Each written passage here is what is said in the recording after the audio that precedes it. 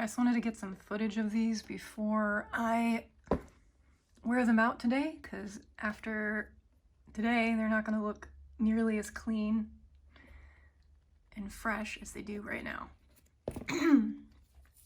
So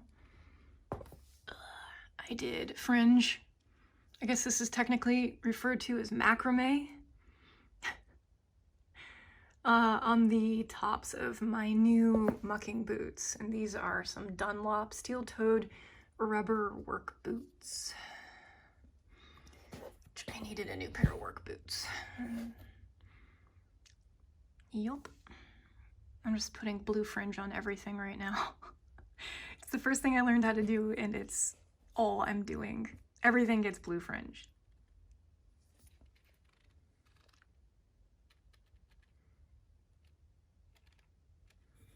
Yeah. You know.